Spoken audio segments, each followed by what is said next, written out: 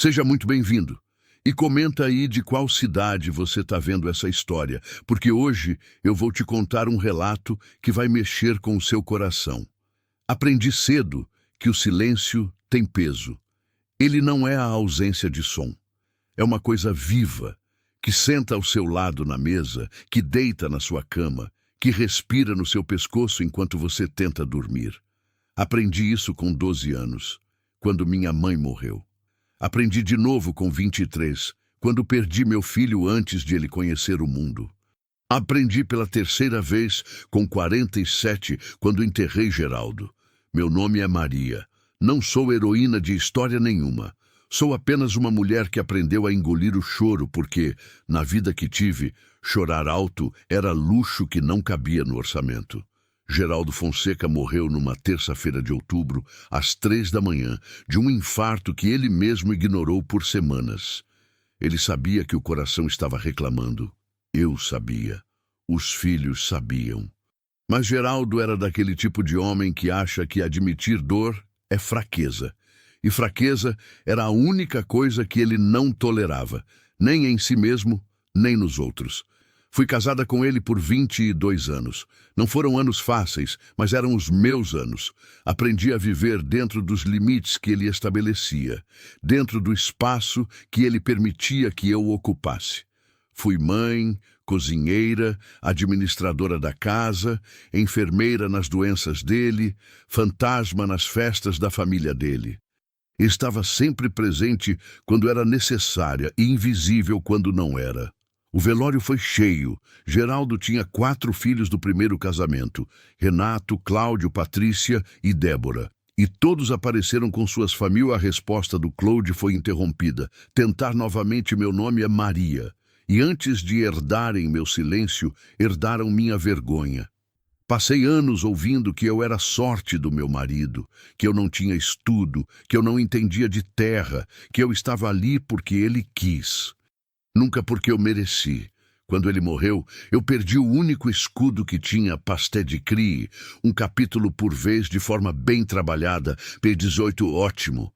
Vamos construir capítulo por capítulo, com profundidade e cuidado.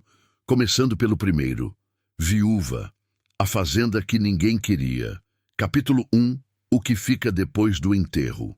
Aprendi cedo que o silêncio tem peso. Ele não é a ausência de som.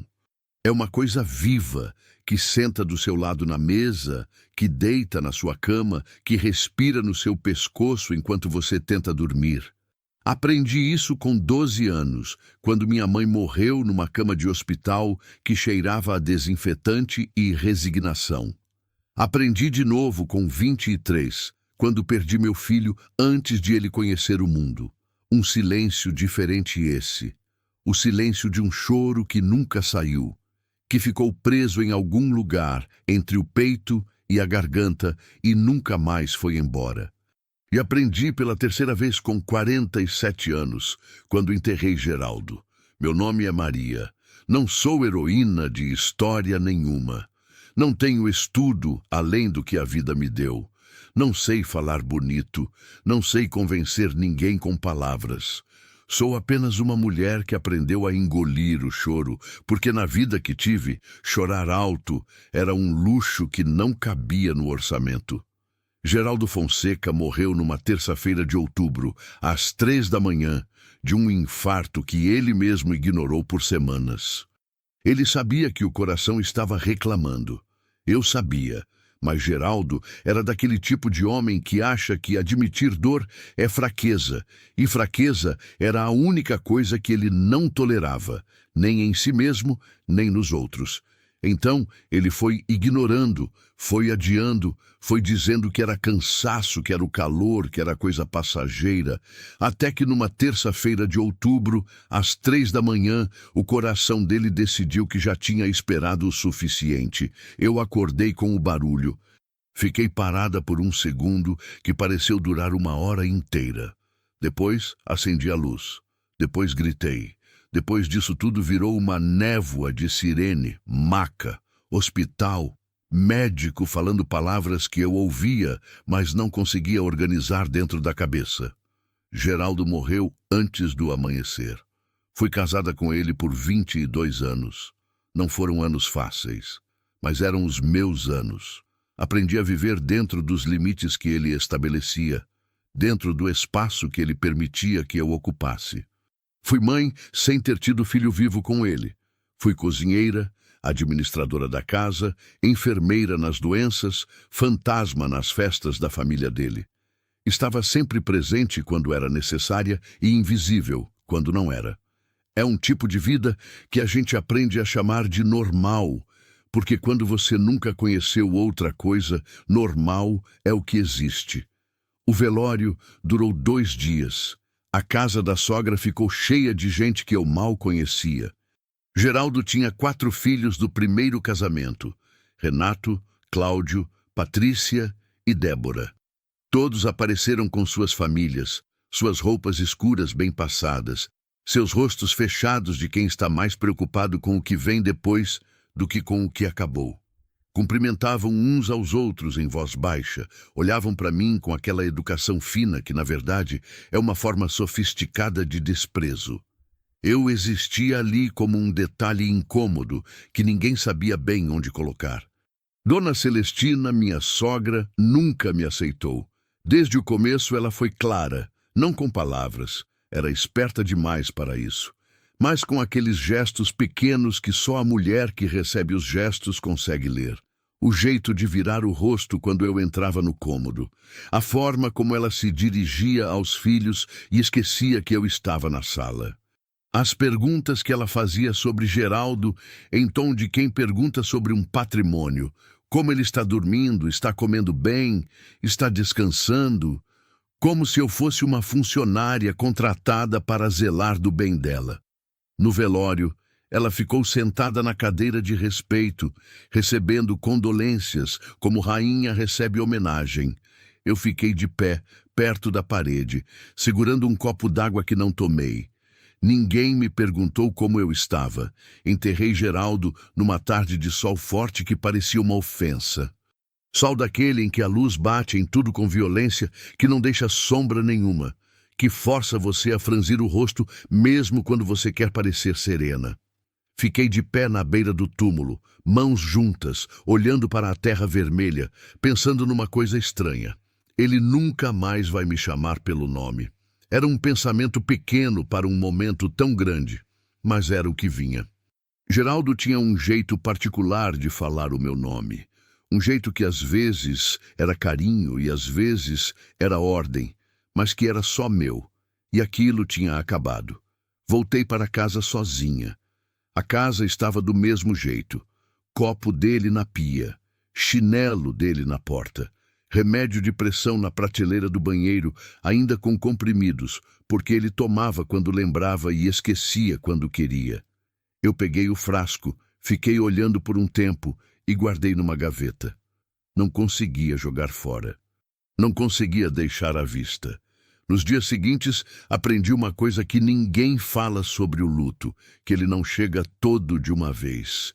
Ele vem em pedaços, em horários inesperados, no momento em que você vai fazer café e lembra que antes fazia para 2, no silêncio das 3 da manhã, que agora é só silêncio, sem nenhum outro ser humano respirando do outro lado da cama. 3 semanas depois do enterro, recebi uma ligação. Era o advogado da família. Havia uma leitura de testamento marcada para a semana seguinte, na casa de Dona Celestina. Era importante que eu comparecesse. Eu disse que estaria lá. Desliguei o telefone, sentei na cadeira da cozinha e fiquei olhando pela janela por um tempo que não sei dizer quanto durou. Sabia, de alguma forma que ainda não tinha nome, que aquele dia ia mudar alguma coisa. Não sabia que ia mudar tudo. Quando você é invisível a vida toda, aprende a não esperar nada. Mas existe uma diferença entre não esperar e ser humilhada. Essa diferença eu estava prestes a aprender. Capítulo 2. Pronto para escrever. Quer que eu continue? Continue 16:20. Capítulo 2. A leitura do testamento. Me arrumei com cuidado naquela manhã. Não por vaidade. Vaidade era uma coisa que eu tinha deixado para trás, em algum lugar dos meus 30 anos. Quando percebi que na família Fonseca, Eu nunca seria bonita o suficiente, elegante o suficiente, instruída o suficiente. Me arrumei por dignidade, que é diferente. Vaidade quer impressionar, dignidade quer resistir. Passei o vestido preto que tinha usado no velório, o único vestido escuro que eu tinha. Penteei o cabelo com cuidado, prendi na nuca, coloquei o par de brincos simples que Geraldo tinha me dado no primeiro aniversário de casados, pequenos, dourados, discretos como tudo que ele me dava quando ainda tentava. Me olhei no espelho por um segundo e pensei: esta mulher não deve nada a ninguém. Tentei acreditar nisso. Saí antes que a dúvida chegasse. A casa de Dona Celestina ficava no centro da cidade, numa rua calçada de paralelepípedo que os moradores mais antigos chamavam pelo nome como se fosse uma pessoa. Casa grande, de fachada branca com detalhes azuis, janelas altas, portão de ferro com brasão no meio, o tipo de portão que existe para lembrar quem entra que aqui mora gente importante. Eu tinha passado por aquele portão centenas de vezes em 22 anos. Nunca sem sentir que estava pedindo licença para existir. Cheguei na hora marcada. Já havia carros na frente, carros novos, reluzentes, estacionados com aquela desenvoltura de quem nunca precisou preocupar com multa. Reconheci o carro de Renato, o mais velho, um caminhão preto que ele trocava a cada 2 anos, como quem troca de camisa. O carro de Patrícia, branco e limpo como ela gostava de parecer. O de Cláudio, que dirigia igual vivia, rápido, sem olhar para os lados. Débora, a mais nova, estava na porta quando cheguei. Ela me olhou com aquela expressão que eu conhecia bem. Não era hostilidade aberta, era pior. Era o olhar de quem vê algo que não sabe bem como classificar, algo fora do lugar. Um objeto numa prateleira errada. Dona Maria, ela disse, com uma polidez que cortava mais que grosseria. Débora, respondi. Entrei. A sala estava cheia como eu esperava. Além dos 4 filhos, havia cônjuges, cunhados, uma tia de Geraldo, que eu tinha visto 3 vezes na vida, 2 primos que mal reconheci, e Dona Celestina sentada na cabeceira como sempre, ereta, vestida de preto com um broche de prata no peito, cabelos brancos perfeitamente arrumados. Ela tinha 81 anos e carregava cada um deles como uma medalha conquistada em batalha. Havia cadeiras organizadas em fileira, como numa cerimônia pequena. Eu procurei um lugar discreto perto da parede, longe do centro. Me sentei com as mãos no colo, a bolsa preta apertada contra o lado do corpo e fiquei quieta observando. É uma coisa que faço desde criança, observar. Quando você não tem voz numa sala, desenvolve os olhos. Aprende a ler o que as pessoas não dizem, a tensão no ombro de alguém, o jeito que um olhar desvia rápido demais, o sorriso que não chega até os olhos. Naquela sala, eu via muita coisa. Via Renato conversando em voz baixa com Cláudio, os dois inclinados um para o outro como conspiradores de novela. Via Patrícia verificando o celular com aquele ar de quem tem lugar melhor para estar. Via a esposa de Cláudio olhando para os móveis da sala com uma atenção que não era admiração, era avaliação. O advogado chegou às 10 em ponto. Era um homem de meia idade, cabelos grisalhos bem cortados, pasta de couro marrom sobre a mesa, óculos de grau que ele ajustou antes de abrir os papéis. Tinha o tipo de presença neutra e profissional de quem já conduziu muitas cenas como essa e aprendeu a não se envolver emocionalmente com nenhuma delas. Ele cumprimentou a todos com um aceno geral. Sentou, abriu a pasta, organizou as folhas com calma metódica, que parecia quase cruel naquele momento de tensão. Vou iniciar a leitura do testamento de Geraldo Augusto Fonseca. Ele disse com voz uniforme, como quem lê uma ata de reunião. Peço silêncio durante toda a leitura. Dúvidas e questionamentos ao final. A sala ficou quieta de um jeito diferente do silêncio normal. Era o silêncio de quem prende a respiração. Ele começou a ler, e eu percebi muito rápido que Geraldo tinha sido generoso com todo mundo. A casa grande da cidade, a que ele tinha construído com o pai antes de se casar pela primeira vez, ficava para Renato, o mais velho, como era de se esperar, pela lógica daquela família, onde tudo seguia uma hierarquia não escrita, mas absolutamente respeitada. Renato recebeu a notícia com um aceno de cabeça, sóbrio, como quem recebe o que já considerava seu. As 2 fazendas boas, com pasto formado, açude cheio, gado de qualidade. Aquelas que eu tinha visto Geraldo percorrer de caminhonete durante anos, orgulhoso, sempre com um filho ou outro do lado, foram divididas entre Cláudio e Patrícia. Cláudio fechou os olhos por um segundo, um gesto pequeno de alívio. Patrícia não demonstrou nada, mas eu vi a mão dela apertar discretamente a mão do marido. O dinheiro em conta foi dividido em partes iguais entre os 4 filhos, com uma porcentagem reservada para Dona Celestina enquanto ela vivesse. A caminhonete nova foi para Cláudio, que já tinha uma, mas recebeu a segunda sem reclamar. As ferramentas, o maquinário, o equipamento de irrigação que Geraldo tinha comprado havia 2 anos, divididos conforme uma lista anexa que o advogado mencionou, mas não leu em voz alta. Cada item anunciado arrancava alguma coisa do ar naquela sala. Um brilho nos olhos de alguém, um relaxar de ombro, um suspiro contido. A herança de Geraldo ia sendo distribuída como baralho, sendo dado na mesa, carta por carta, e cada pessoa recebia a sua com aquela mistura particular de satisfação e cálculo. Será que os outros levaram mais? Eu ficava quieta na minha cadeira, mãos no colo, ouvindo, esperando, não esperando ganhar algo grande. Eu não era tola. Sabia como aquela família me via, mas esperava algo razoável. Algo que reconhecesse 22 anos. Algo que dissesse, você existiu, você importou, você contribuiu. Não riqueza, só reconhecimento. O advogado virou a última página, ajustou os óculos. E para a esposa, Maria da Conceição Fonseca, fica a propriedade rural conhecida como Rincão do Espinho, localizada no município de... Ele continuou lendo o endereço, os números de registro, a metragem legal. Mas eu não ouvi mais nada disso, porque ao meu redor o silêncio tinha mudado de qualidade. Não foi ninguém que riu primeiro. Foi um som que nasceu distribuído, quase involuntário, como quando uma plateia reage a uma piada que todo mundo já conhecia o final. Um riso abafado aqui, um olhar trocado ali, alguém que fingiu tossir para cobrir o sorriso. Renato foi o primeiro a falar, com aquela voz grave de homem acostumado a ser ouvido. Aquilo nem é fazenda. É pedra e mato seco.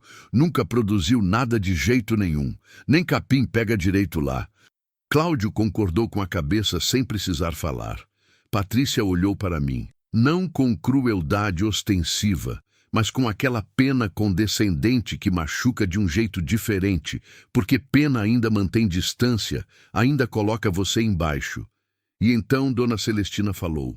Ela não precisou levantar a voz, nunca precisou. A autoridade dela estava na quietude, no peso de cada palavra escolhida com a precisão de quem passou a vida inteira aprendendo a ferir com elegância. Você nunca passou de agregada nessa família, Maria. Geraldo foi bondoso com você por mais tempo do que devia. Pelo menos agora tem onde cair morta. Ninguém protestou. Ninguém olhou para mim com um gesto sequer de solidariedade. A sala continuou o seu murmúrio discreto, as suas conversas baixas, as suas contas silenciosas de quem já está planejando o próximo passo. E eu fiquei sentada na minha cadeira, com as mãos no colo, sentindo o calor subir pelo rosto. Não de vergonha, de humilhação. São coisas diferentes. A vergonha é sua. Você a carrega porque fez algo errado, porque falhou, porque tem razão de se envergonhar. A humilhação vem de fora. É o que fazem com você. E naquele momento eu estava sendo humilhada com método, com público, com a bênção tácita de todos na sala. E o pior é que ninguém precisou gritar, ninguém precisou ser rude de forma que pudesse ser contestada. Foi tudo feito com aquela fineza particular de gente que aprendeu a destruir sem deixar marca visível. Eu respirei fundo. Fundo mesmo, devagar, o tipo de respiração que você faz não para se acalmar, mas para não dizer o que está pensando, para não dar a ninguém o prazer de ver que acertaram. O advogado me olhou com uma expressão que eu não soube classificar. Não era pena, mas era alguma coisa parecida com desconforto. Ele deslizou os papéis na minha direção. A senhora precisa assinar aqui, confirmando o recebimento. Peguei a caneta. A minha mão estava firme. Isso eu lembro com clareza porque fiquei surpresa comigo mesma. Dentro de mim havia um vendaval, raiva, dor, humilhação, aquele luto antigo de quem perdeu muita coisa em muitas manhãs. Mas a minha mão estava firme, como se o corpo soubesse que aquele era o único momento em que eu poderia demonstrar algo. E o que eu queria demonstrar era que não estavam me vendo cair. Assinei, devolvi a caneta, levantei sem pressa, peguei a bolsa e saí daquela sala sem dizer uma palavra, sem olhar para nenhum rosto, sem dar a ninguém a satisfação de uma cena. Na rua, o sol batia forte no paralelepípedo. Eu caminhei até o ponto de ônibus, sentei no banco de metal quente e fiquei olhando para o chão enquanto esperava. Só na hora que o ônibus dobrou a esquina é que percebi que estava com o papel amassado na mão. O documento do Rincão do Espinho, com meu nome escrito no campo do beneficiário. Olhei para aquele papel por um tempo. Uma fazenda que ninguém queria, um castigo disfarçado de herança, um recado final de uma família que nunca me aceitou. Você não vale nada, e aqui está a prova documentada. O ônibus parou. Entrei, me sentei perto da janela e na estrada, enquanto a cidade ia ficando para trás, eu fiz uma conta simples e silenciosa dentro da minha cabeça. Eu não tinha mais marido, não tinha mais casa, não tinha dinheiro, não tinha família do lado, não tinha a simpatia de ninguém naquela sala. Só tinha aquele papel e uma terra que ninguém queria. Então era com isso que eu ia trabalhar. Humilhação é uma semente estranha. Plantada em terra fraca, ela mata. Plantada em terra de teimosia, ela vira combustível. Capítulo 3. Pronto. Quer que eu continue? Continue. 16:23. Capítulo 3. O Rincão do Espinho. Fui até lá numa manhã de quinta-feira. Não tinha pressa, mas fui cedo. Esse é um hábito que carrego desde criança, de quando minha mãe dizia que o dia tem uma qualidade especial nas primeiras horas que ele nunca mais recupera depois. Ela tinha razão nisso, como tinha razão em poucas coisas. O amanhecer é honesto de um jeito que o meio-dia não é. A luz ainda não esquentou o suficiente para distorcer. O ar ainda não carrega o peso acumulado das horas. E você enxerga as coisas como elas realmente são, sem a misericórdia que o cansaço às vezes oferece. Peguei o ônibus até o trevo. Depois, uma carona com um caminhoneiro que ia na direção certa e não fez perguntas, o que eu agradeci em silêncio. Desceu numa estradinha de chão batido, que eu reconheci pelo nome numa placa de madeira velha, amarrada num mourão de cerca. Rincão do Espinho, 3 quilômetros. A placa estava torta, a letra desbotada, como se até o aviso de chegada tivesse desistido de causar boa impressão. Andei os 3 quilômetros a pé. Era fim de outubro e o sol do sertão não pede licença. Ele chega já pela manhã com uma autoridade que não admite negociação, que seca a garganta, que bate na nuca com uma insistência quase pessoal. Eu andava devagar, olhando para os lados, tentando ler aquela paisagem como se fosse um texto que eu precisava entender antes de qualquer outra coisa. O que vi não era animador. A vegetação era baixa e ressequida, galhos retorcidos que pareciam estar sofrendo havia tempo demais. O chão era de um vermelho cansado, rachado em lugares, com aquelas fendas finas que a terra abre quando a água some e o calor fica. Tinha pedra em quantidade, não as pedras bonitas que alguns chamam de característica, mas pedra feia, pedra de obstáculo, pedra que quebra enxada e machuca pé descalço. De vez em quando um pé de jurema, um mandacaru solitário, algum arbusto sem nome que tinha sobrevivido mais por teimosia do que por condição. Nenhum pássaro. Isso eu notei com uma estranheza que ficou na memória. No sertão, mesmo na seca, tem pássaro, tem asa, tem canto de alguma coisa. Aquela terra estava quieta de um jeito que não era paz, era abandono. O silêncio de lugar que foi sendo deixado para trás aos poucos, que foi perdendo vida em camadas até restar só o esqueleto. A fazenda apareceu depois de uma curva. Parei no que devia ter sido a porteira. Os mourões ainda estavam fincados, mas a cerca tinha caído. O arame enferrujado, dobrado no chão como coisa descartada. Os arames esticados, a tempo demais, tinham arrebentado em vários pontos e curvado em outros, criando um emaranhado inútil que não prendia nem protegia nada. Passei por cima com cuidado, segurando o arame com o pé para não rasgar a calça. A casa ficava a uns 50 metros da porteira. Era de pau a pique.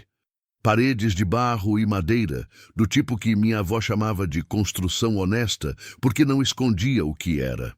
Mas aquela honestidade estava comprometida pelo tempo. O barro tinha caído em pedaços em vários pontos da parede, deixando a madeira exposta, escurecida pela umidade das chuvas passadas e rachada pelo calor das secas seguintes. O telhado era de telha colonial, mas telhas tinham deslizado ou quebrado, e eu podia ver do lado de fora que havia buracos por onde o sol entrava direto, e por onde a chuva, quando viesse, entraria também. A porta estava pendurada, não fechada, pendurada. Uma das dobradiças tinha soltado, e a porta ficava inclinada para o lado, presa ainda pela dobradiça de baixo, oscilando levemente no vento quente, como coisa que não sabe se fica ou se vai. Fiquei parada na frente daquela porta por um tempo, que não sei dizer quanto durou. Não estava com medo. O medo exige que você tenha algo a perder, e naquele momento eu tinha a clareza dolorosa de quem já perdeu o suficiente para entender que o pior já foi. O que eu sentia era outra coisa, uma mistura de cansaço antigo e de algo mais difícil de nomear. A sensação de estar olhando para um espelho que devolve uma imagem que você reconhece, mas preferiria não reconhecer. Aquela terra estava destruída. E eu me sentia destruída também. Empurrei a porta com cuidado. A dobradiça gemeu. Entrei. O cheiro chegou antes de qualquer imagem. Mofo.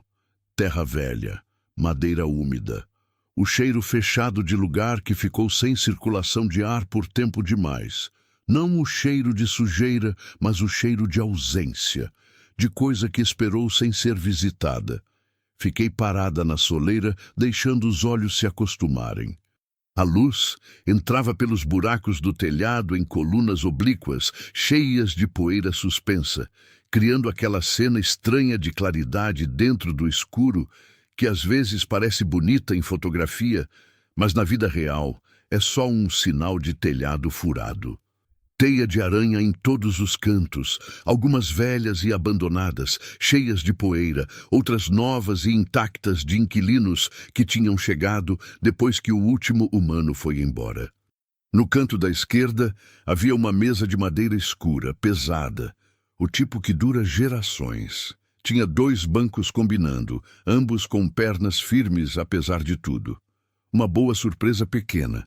Na parede do fundo havia prateleiras de madeira presas com pregos, metade delas tortas, uma completamente caída, mas havia 2 que ainda seguravam.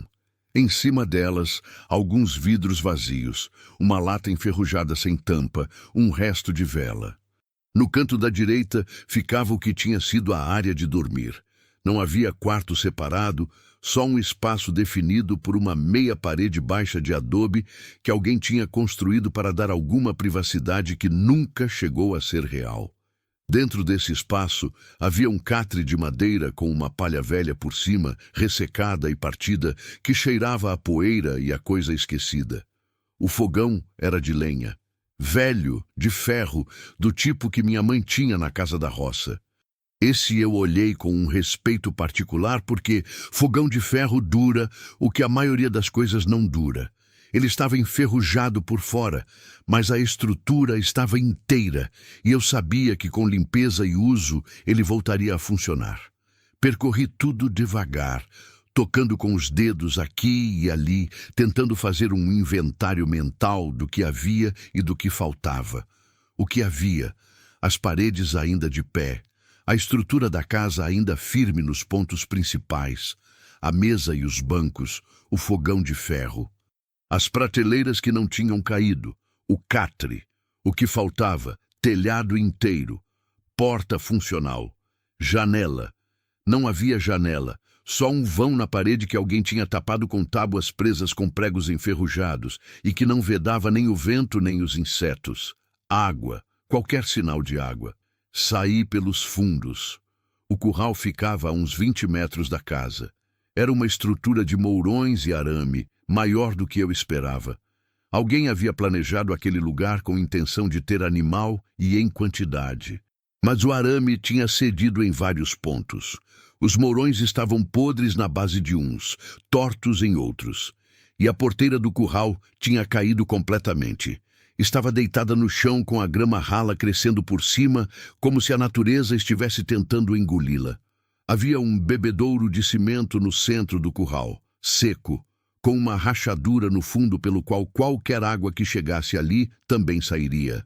Mais além, havia o que tinha sido uma roça.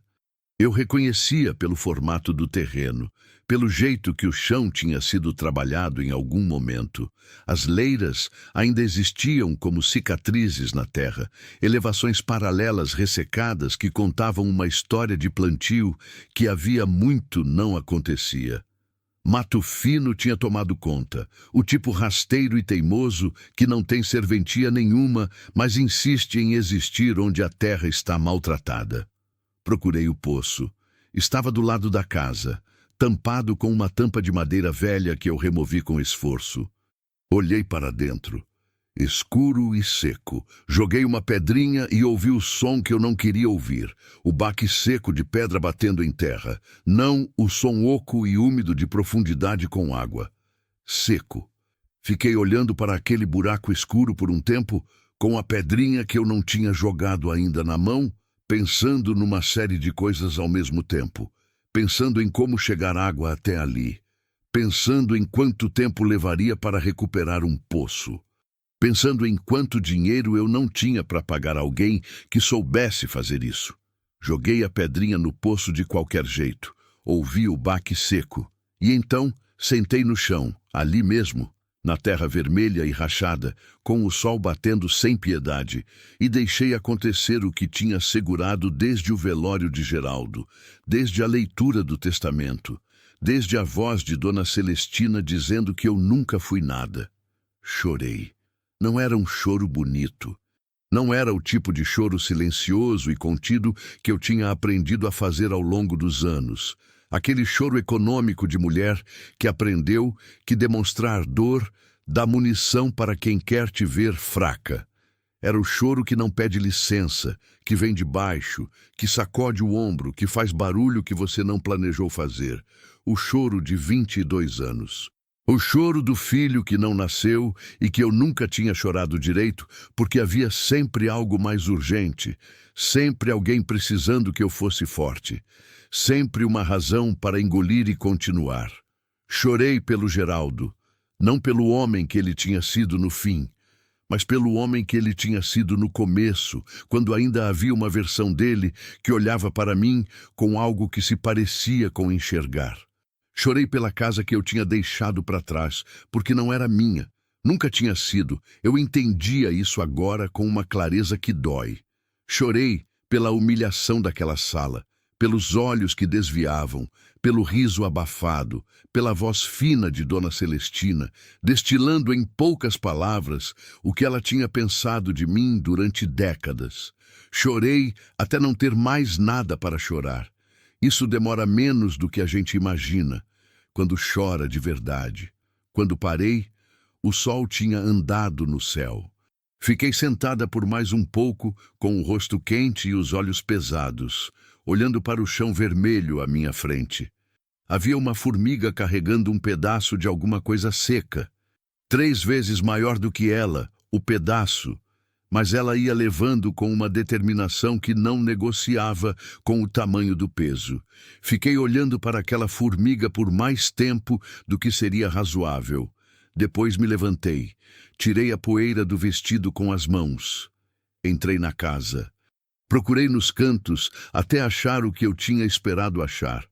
Uma vassoura velha, cabo de madeira escurecido, cerdas duras e meio tortas de tanto tempo encostada na parede. Comecei a varrer. A poeira subia em nuvens, grudava nos olhos, entrava na garganta. Eu varria. O teto com buracos deixava entrar uma luz que cortava o pó no ar, tornando visível tudo aquilo que precisava sair. Eu varria. A sujeira de anos ia sendo empurrada para a porta, para fora, para o sol. Varria a casa inteira. Depois sentei na mesa velha, coloquei os cotovelos na madeira escura e fiz as contas que precisavam ser feitas. Eu tinha algum dinheiro guardado. Pouco, o que eu tinha conseguido economizar em anos de administrar a casa de Geraldo com o que sobrava, que nunca era muito. Tinha minhas mãos. Tinha um fogão de ferro que funcionaria quando limpo. Tinha paredes ainda de pé. Tinha terra, por mais ingrata que parecesse. E tinha aquela coisa que Dona Celestina não sabia que tinha me dado. Porque quando você humilha alguém daquele jeito, na frente de todo mundo, com aquela precisão calculada, você está apostando que a pessoa vai embora, vai dobrar. Vai confirmar tudo o que você disse sobre ela sendo pequena, sendo insuficiente, sendo descartável. Dona Celestina tinha apostado que eu ia embora.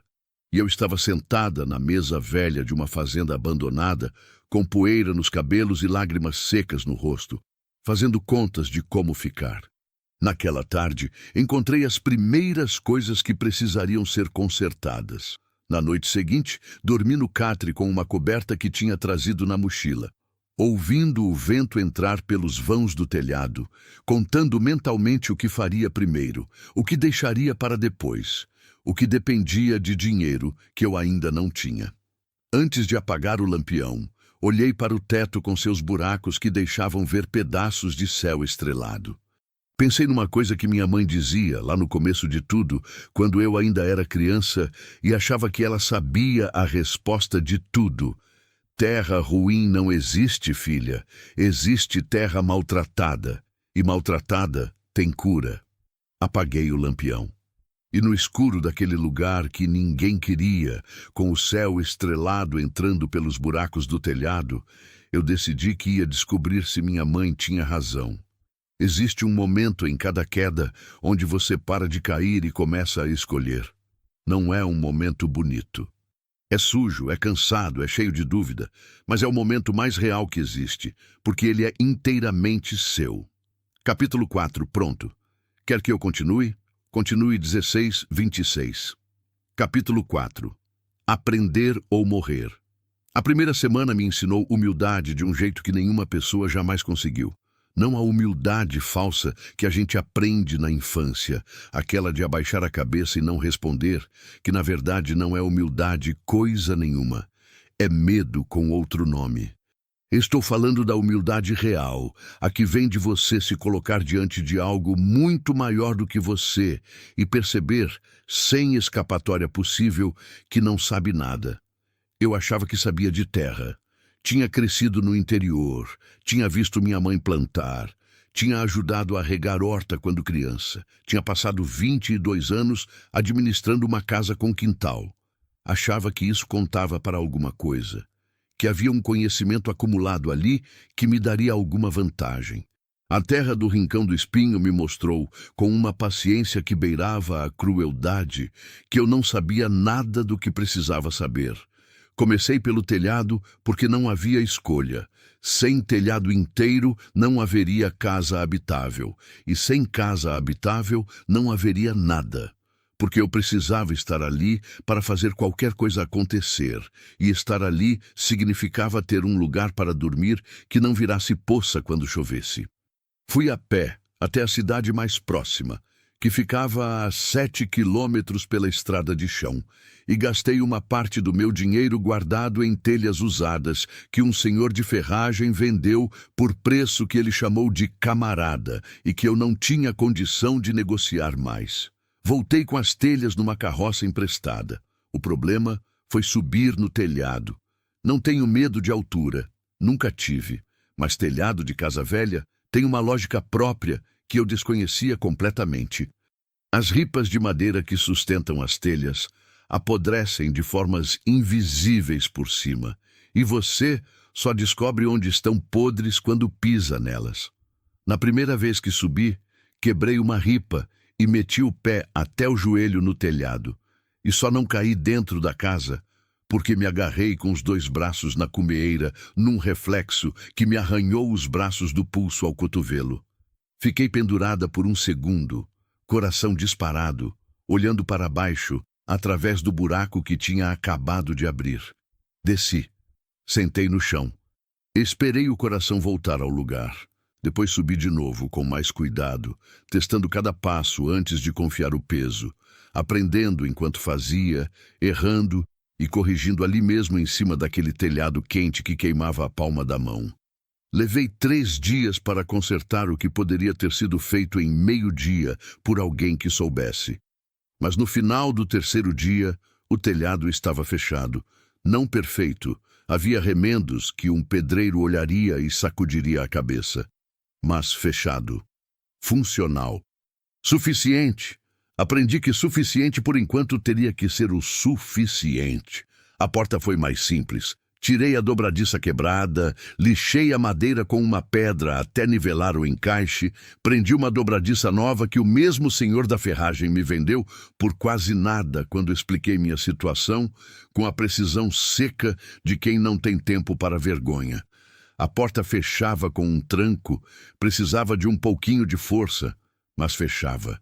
Outra vitória pequena no inventário de vitórias pequenas que eu estava aprendendo a contabilizar. A janela levou mais engenho. Não tinha dinheiro para vidro, nem para caixilho. Achei uns pedaços de madeira de lei caídos nos fundos, de alguma estrutura antiga que tinha tombado e apodrecido pela metade, mas a madeira mais grossa ainda prestava. Serrei com uma serra velha que estava pendurada numa parede do curral. Lixei, encaixei. Fiz um batente simples, preso com dobradiças baratas. Não era bonito, mas vedava o vento e o sol quando eu precisava e abria quando eu queria ar. Cada coisa consertada na casa me ensinava a consertar a próxima com mais competência. Era como um idioma que eu estava aprendendo do zero. As primeiras palavras saíam tortas, com sotaque errado, sem fluência, mas iam saindo. A água era o problema central. Sem água, não havia plantio. Sem plantio, não havia comida. Sem comida, não havia nada que justificasse qualquer outra coisa. Era o eixo em torno do qual todo o resto girava. E o eixo estava quebrado. O poço seco eu sabia que não conseguiria recuperar sozinha. Cavar poço de verdade é serviço de profissional. Exige equipamento, exige conhecimento de onde a água anda por baixo da terra, exige recursos que eu não tinha ainda. Então, fiz o que se faz quando o impossível está no caminho. Desviei por enquanto e fui buscar o que era possível. O riacho ficava a 40 minutos a pé. Acordava antes do sol e ia. Carregava 2 baldes, tinha achado um na casa e comprado o segundo na cidade, e voltava com eles cheios na cabeça e nas mãos. 40 minutos de ida, 40 de volta, com o peso da água que cansa os ombros e endurece os braços de um jeito que você só entende quando experimenta. Fiz isso todo dia, por semanas. Havia dias em que chegava de volta com os braços tremendo, os ombros doendo com aquela dor funda de músculo que foi além do que devia, e eu derramava a água no tambor velho que tinha encontrado nos fundos e ficava olhando para ela como se fosse ouro. Porque era. Em terra seca, a água é a coisa mais próxima de ouro que existe. Racionava cada gota com uma disciplina que ia se tornando instinto. Água para beber. Água para o fogão. Uma quantidade mínima para lavar as mãos antes de comer, os pés antes de dormir. Nada desperdiçado, nada por acaso. Numa das viagens ao riacho, parei para descansar numa pedra grande à beira do caminho e encontrei um homem velho consertando uma cerca do outro lado da estrada.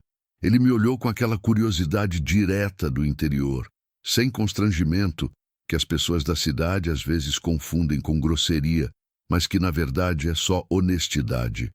"A senhora é a que foi para o rincão?" ele perguntou. "Sou", disse eu. Ele assentiu devagar, como quem confirma uma suspeita.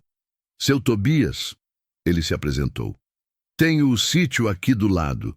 Fui vizinho do finado dono do rincão por 40 anos. Me levantei, cumprimentei com o nome. Ele me estendeu a mão por cima da cerca e apertou a minha com uma firmeza de quem trabalhou a vida inteira. "Aquela terra já foi boa", ele disse, sem ser perguntado, olhando para o horizonte com a expressão de quem está vendo outra época sobreposta à atual. "Meu pai conheceu o avô do finado dono.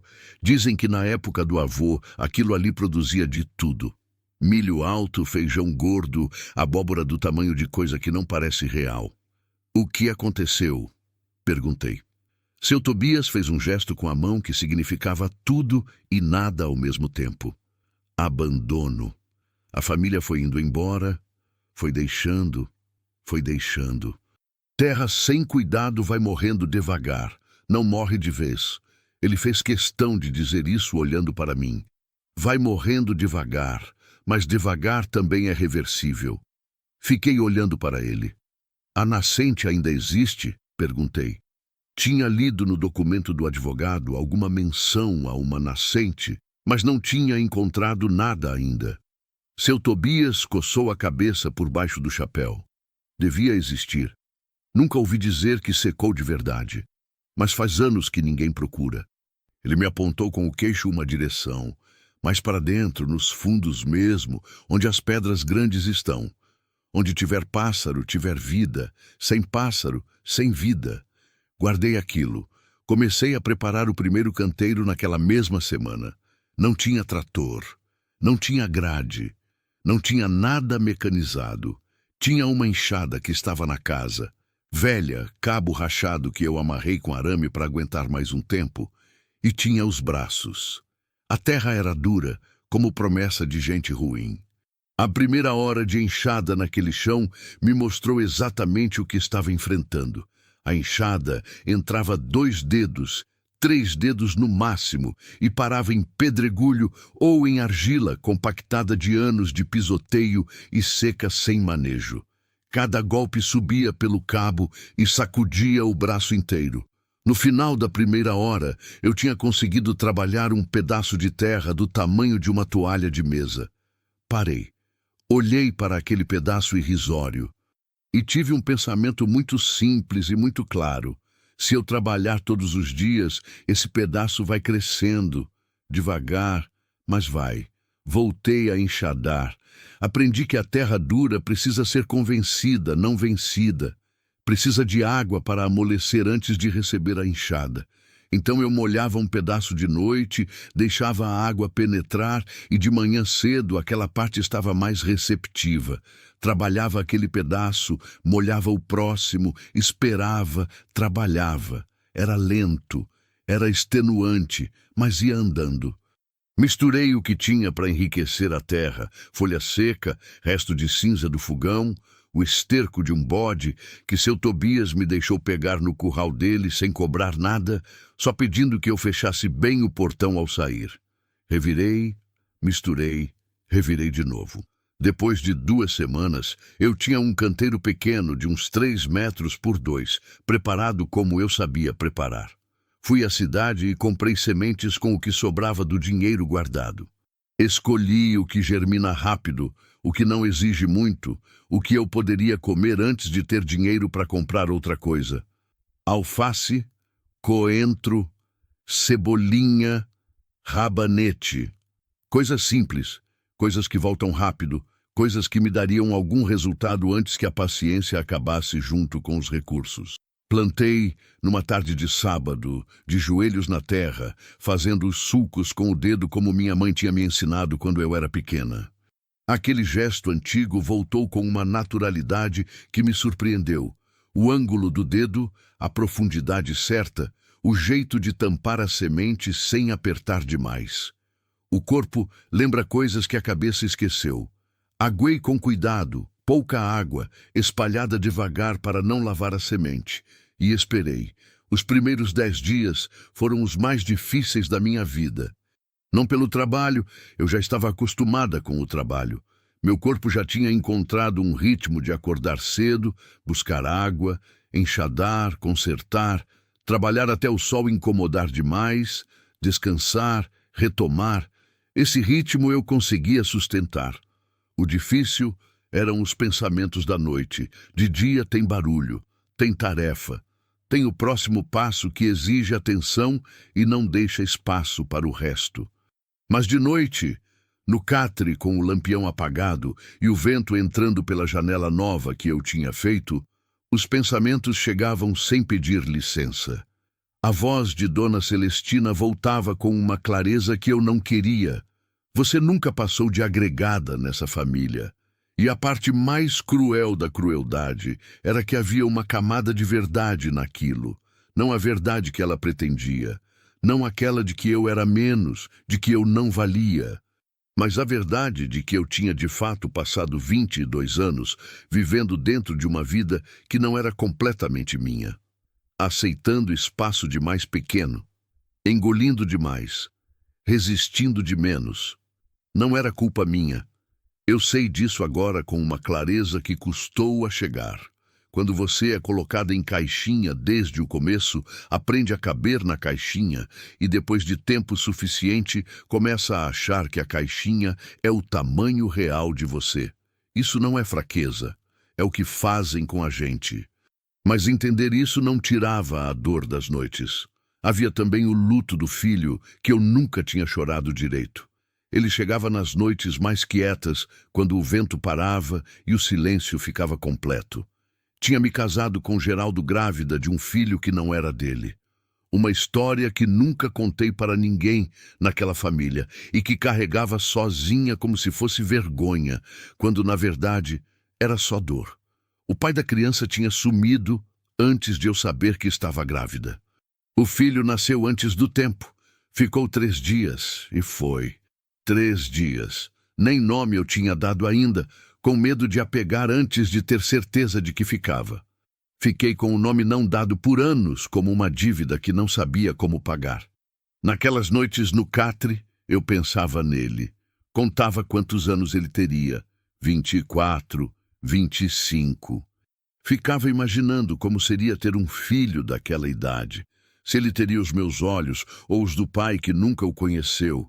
Se seria o tipo de pessoa que fica ou o tipo que vai. Se teria me ajudado a carregar aqueles baldes de água. Ou se eu teria me recusado a deixá-lo, querendo que ele tivesse uma vida mais fácil do que aquela. Era um luto de fantasia, eu sabia. Luto de quem chora o que poderia ter sido, que é diferente do luto de quem chora o que foi. Mas dói da mesma forma. Chorava em silêncio, sem barulho, o choro econômico que eu sabia fazer. E depois dormia, porque de manhã cedo precisava acordar e buscar água. E água não esperava pelo luto de ninguém.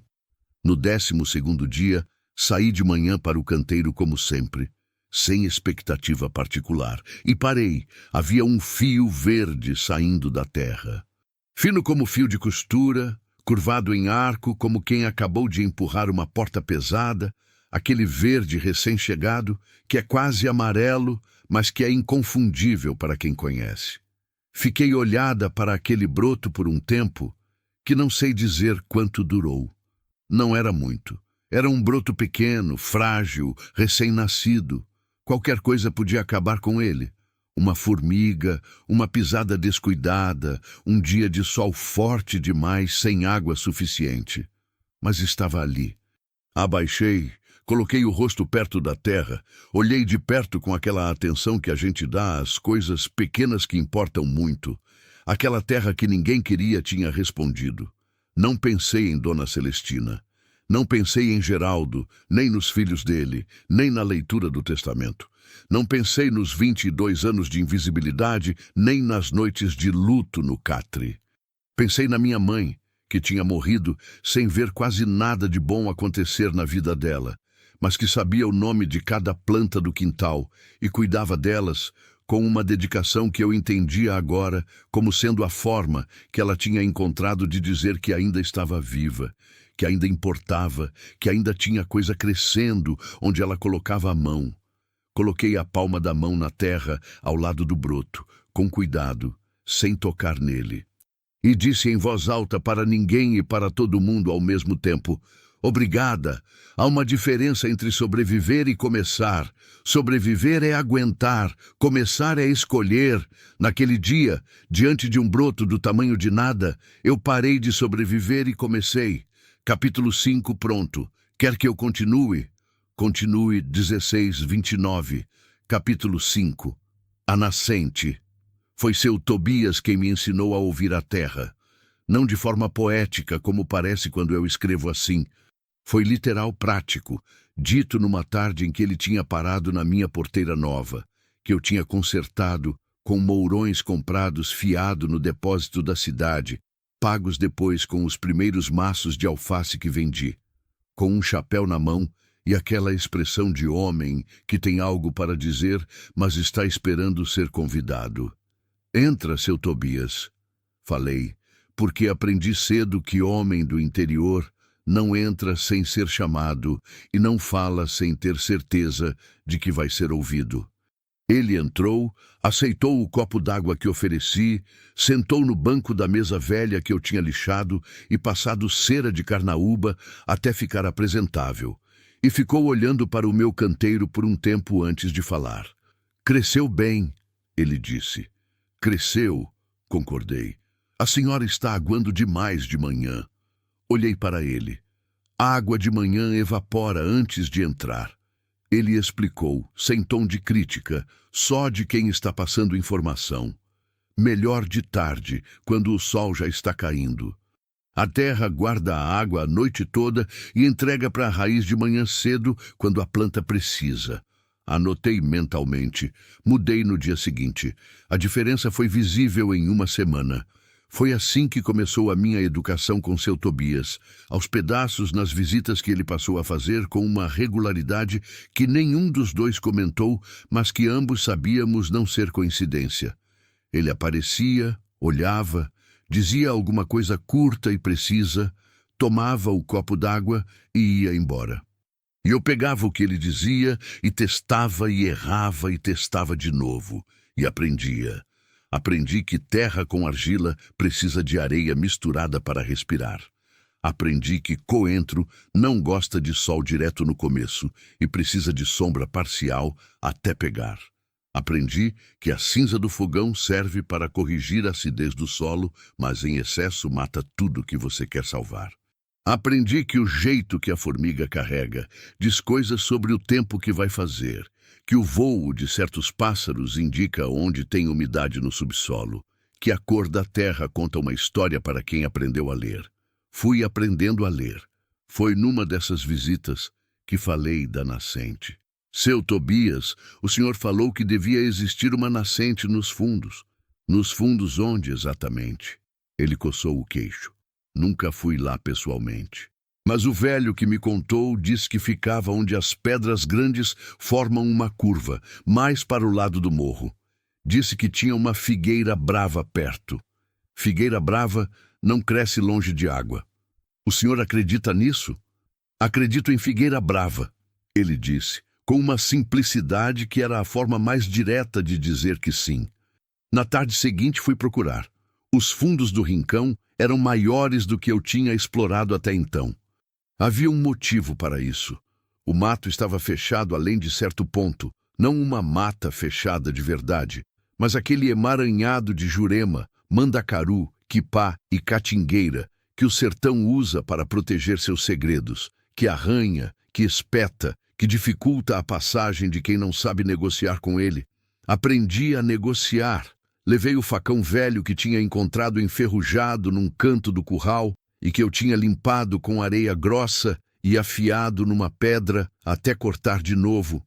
Não bem, mas o suficiente. Avancei devagar, cortando o que precisava cortar, desviando do que podia desviar, prestando atenção na direção das pedras grandes que seu Tobias tinha mencionado. Andei por quase 1 hora. O sol estava baixando e eu estava começando a pensar em voltar antes do escuro quando ouvi. Parei, fiquei quieta, de novo. Eram pássaros. Não o pássaro solitário ocasional que cruzava o rincão, de vez em quando como quem passa por engano. Eram vários, um barulho múltiplo de asa e canto vindo de um ponto específico à minha frente e um pouco à esquerda, onde as pedras formavam exatamente a curva que seu Tobias tinha descrito. O coração acelerou. Avancei com mais cuidado, agachando em alguns pontos, contornando um amontoado de pedra, e então parei de novo porque havia algo diferente na vegetação à minha frente. Era verde. Não o verde ressecado e acinzentado que dominava o resto do rincão. Era um verde escuro, denso, úmido, o tipo de verde que só existe onde existe água. Havia plantas que eu não tinha visto em nenhum outro ponto da fazenda, folhas largas e brilhantes, musgo nas pedras, um cheiro diferente no ar. Aquele cheiro de terra molhada, que é uma das coisas mais antigas que o nariz humano reconhece, um cheiro que vai direto para algum lugar primitivo da memória. E havia uma figueira brava, velha, torta, com o tronco grosso e retorcido de quem cresceu sozinha por décadas, galhos abrindo em todas as direções como quem finalmente teve espaço. Embaixo dela, entre as raízes que tinham empurrado as pedras do lado ao longo dos anos, havia terra escura e úmida. Ajoelhei. Coloquei a mão na terra embaixo da figueira. Fria, úmida. Escavei com os dedos, devagar, afastando a terra com os dedos como quem está abrindo algo que pede cuidado. 5 centímetros, 10, 15. E então senti. Um fio de água tão fino que minha mão precisou ficar parada por um momento para ter certeza do que estava sentindo. Não era corrente, não era fluxo. Era uma umidade que se movia, lenta e certa, vindo de baixo e de dentro das pedras, filtrando por entre a argila e a areia com uma paciência de coisa que não tem pressa, porque sabe que vai chegar. Tirei a mão.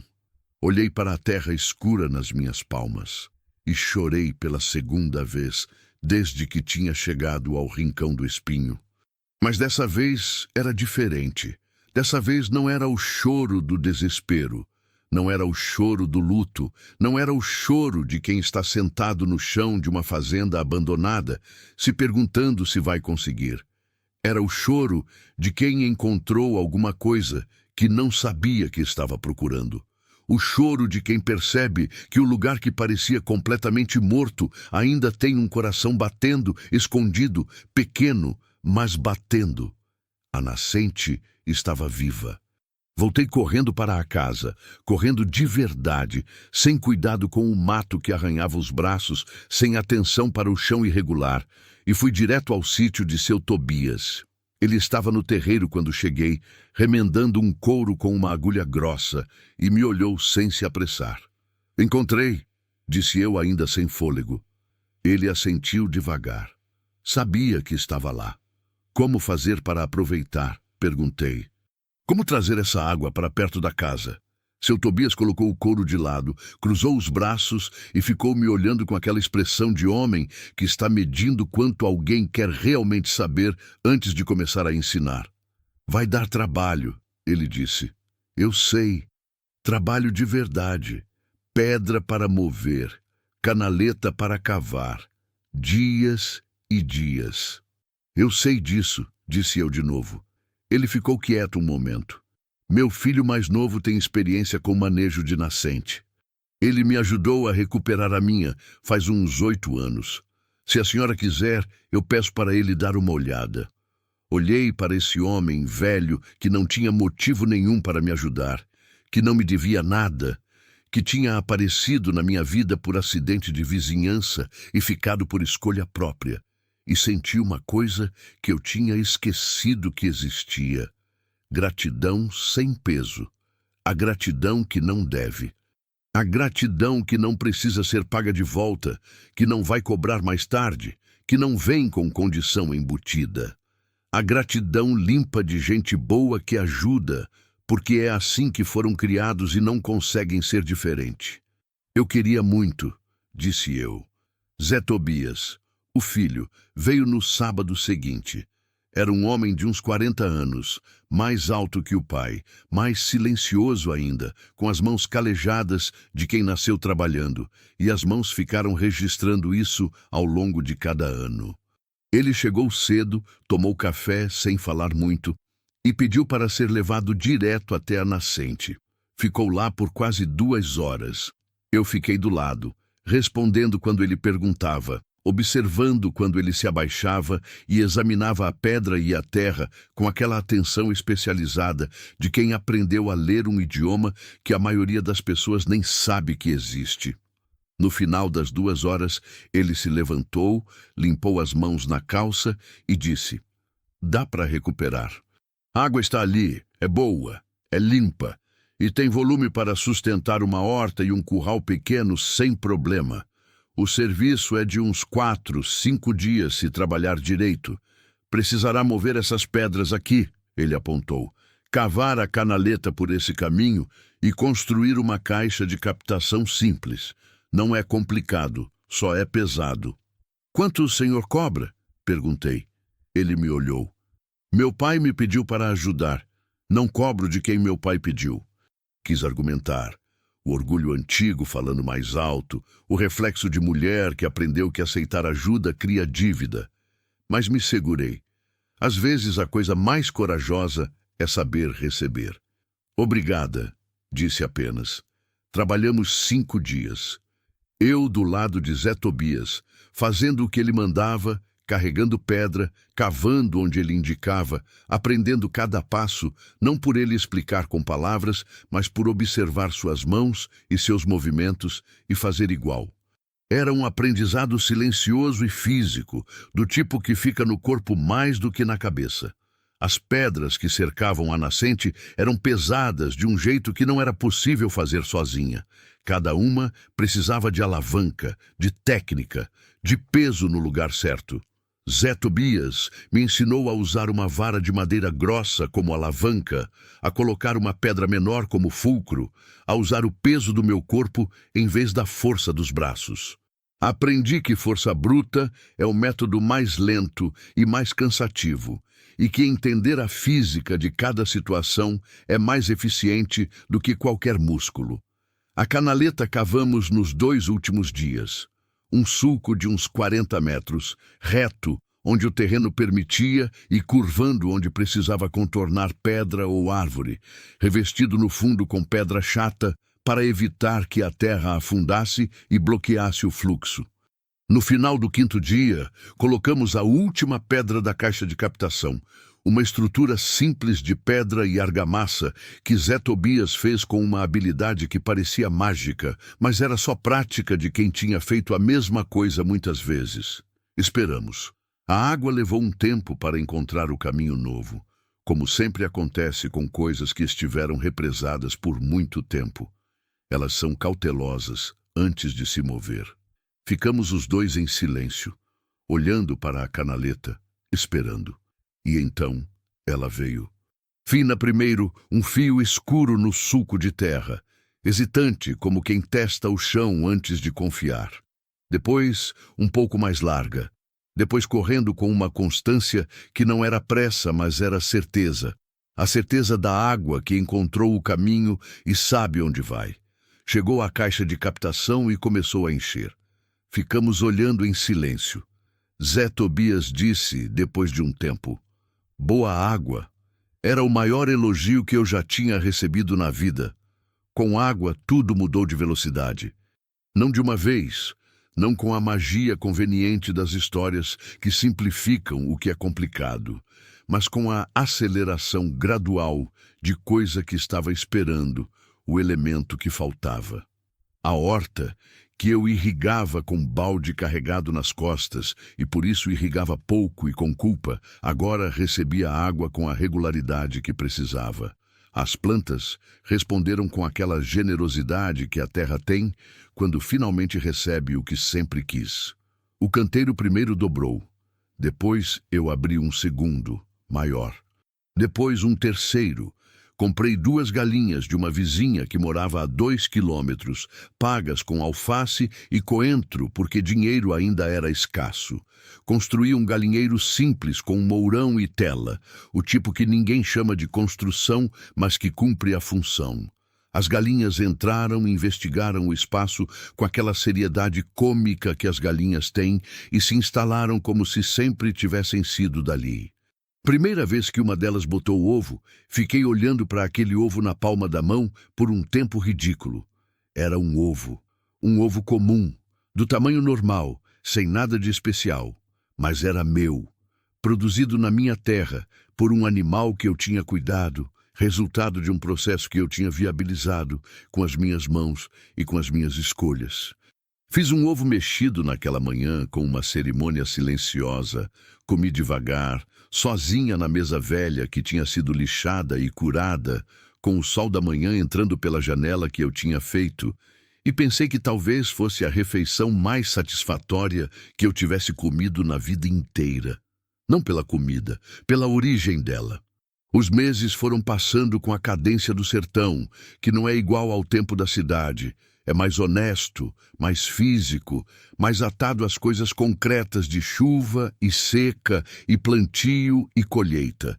Eu ia me tornando parte daquele ritmo sem perceber, meu corpo ajustando o relógio interno para acordar quando o céu ficava daquele azul específico que antecede a madrugada. Para sentir no ar quando a chuva estava chegando 2 dias antes, para ler a cor da terra e saber o que ela precisava. Vendi os primeiros excedentes numa feira da cidade vizinha. Montei a barraca com o que tinha, que não era muito. Uns maços de alface, cebolinha, coentro, rabanete, alguns ovos numa cesta forrada com pano de prato limpo. Coloquei tudo com um cuidado que talvez parecesse exagerado para quem olhasse de fora, mas que para mim era questão de princípio. Se aquilo era o que eu tinha para oferecer, que fosse o melhor que eu podia oferecer. A primeira venda foi para uma senhora de cabelos brancos que pegou um maço de cebolinha, cheirou e disse: "Essa cebolinha tem cheiro de verdade. Não é essa coisa sem gosto do mercado." Paguei aquele comentário com mais atenção do que ele merecia. Fiquei pensando nele pelo caminho de volta. Cebolinha com cheiro de verdade. Porque ela cresceu em terra cuidada, irrigada com água limpa de nascente, sem pressa, sem produto, com o tempo que precisava. A qualidade que a terra dá quando é respeitada. Guardei o dinheiro daquela primeira feira no envelope, fui para casa, abri o envelope, contei as cédulas e as moedas na mesa. Era pouco, mas era meu, completamente. Inteiramente, sem dever satisfação a ninguém, sem precisar prestar contas, sem esperar que alguém aprovasse ou não aprovasse, meu. Dobrei o dinheiro, guardei no envelope, guardei o envelope debaixo do colchão novo que eu tinha comprado, com os primeiros reais que a horta me dera. E dormi naquela noite, com um sono diferente de todos os outros que eu tinha dormido no rincão do espinho até então. Dormi o sono de quem tem direção, água e semente e tempo. É assim que qualquer coisa cresce. A nascente me ensinou o que eu deveria ter aprendido décadas antes, que o que você procura muitas vezes já está ali, dentro do que parece abandonado, esperando que alguém tenha paciência de procurar fundo o suficiente.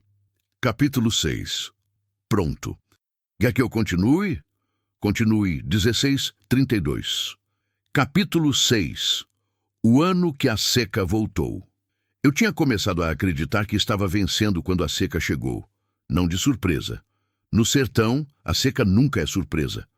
Ela está sempre lá, no fundo do horizonte, como uma dívida que você sabe que vai cobrar algum dia e a única coisa incerta é quando. Os sinais tinham chegado semanas antes e eu os tinha lido com a competência que eu não tinha 2 anos atrás. O céu ficando daquele branco, empoeirado, que não é nuvem, nem sol limpo, as formigas mudando o comportamento, as cigarras antecipando o canto.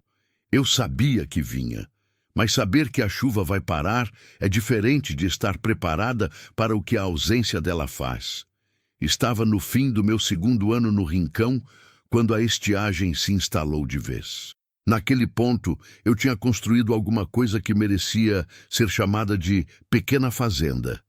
A horta tinha crescido para uma área que eu precisava de 2 canteiros para cobrir. O galinheiro tinha 12 galinhas e um galo que eu tinha ganhado de seu Tobias quando o bicho ficou velho demais para o sítio dele, mas ainda servia de guarda.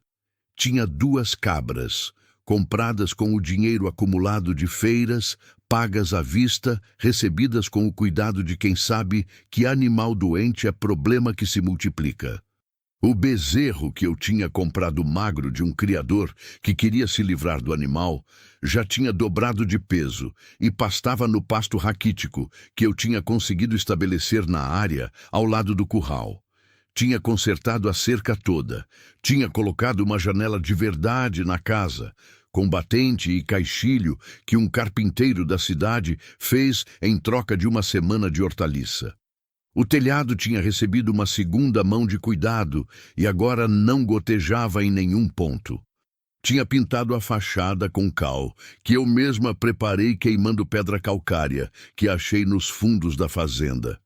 Uma técnica que seu Tobias tinha me ensinado e que deixou a casa com aquele branco puro que o interior usa para recusar o calor. Era pequeno, era simples, era mais do que qualquer coisa que eu tinha construído na minha vida inteira, porque era completamente meu.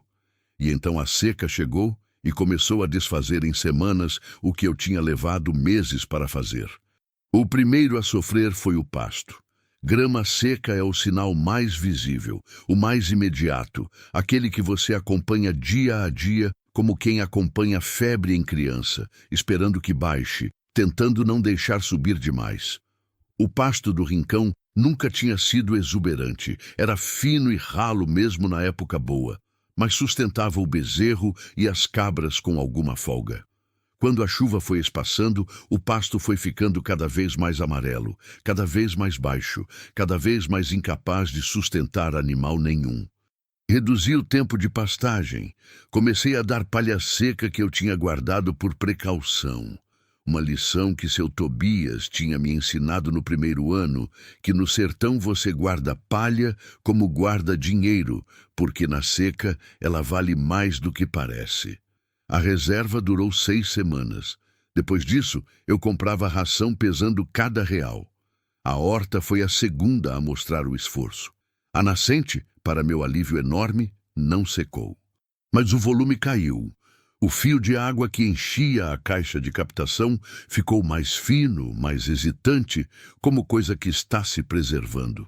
Eu racionei com uma disciplina que beirava o ritual, calculando mentalmente quanto cada canteiro precisava e dividindo o que havia com a precisão de quem não tem margem para erro. Aprendi, por necessidade, técnicas que eu não teria aprendido se a seca não tivesse chegado. Aprendi cobertura morta, colocar palha e folha seca na superfície da terra, ao redor de cada planta, para reter a umidade e reduzir a evaporação. Aprendi a irrigar de noite, quando a temperatura cai e a água penetra antes de evaporar. Aprendi a escolher quais plantas salvar e quais deixar ir. Decisão dolorosa, aquela de olhar para o que você plantou com cuidado e escolher sacrificar parte para que o resto sobreviva. Salvei o que era mais importante. Perdi o que era menos. Foi numa tarde de seca que brava, com o chão rachado e o sol parado no meio do céu, como quem não tem pressa de ir a lugar nenhum, que ouvi um carro parando na minha porteira. Não era comum. Quase ninguém passava pela estrada do Rincão, além de seu Tobias, do filho dele e de algum tropeiro ocasional. Parei de remendar a cerca e olhei. Era um carro de cidade. Prata, novo, limpo demais para a estrada de chão. Alguém que não era dali. A pessoa que desceu do carro era Patrícia. Fiquei parada onde estava. Ela usava roupa de cidade, calça clara, blusa de tecido fino, sandália que não era de andar em terra.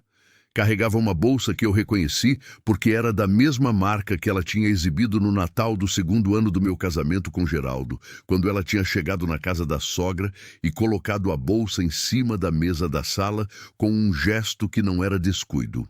Ela não tinha mudado muito. Um pouco mais velha, o cabelo um pouco mais curto, a expressão um pouco mais fechada do que eu lembrava, embora a expressão dela comigo nunca tivesse sido aberta. Ela chegou até a porteira e parou. Eu não me movi. "Boa tarde, Maria", ela disse. "Patrícia", respondi. Houve um silêncio daqueles onde os dois lados estão calculando o terreno. "Posso entrar?", ela perguntou. Abri a porteira sem falar.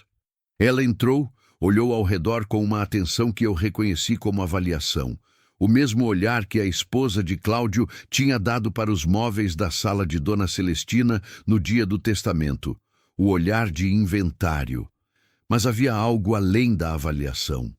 Uma surpresa pequena que ela estava tentando não mostrar e que eu, que aprendi a ler rostos antes de aprender qualquer outra coisa, li com clareza. Ela não esperava encontrar o que estava vendo.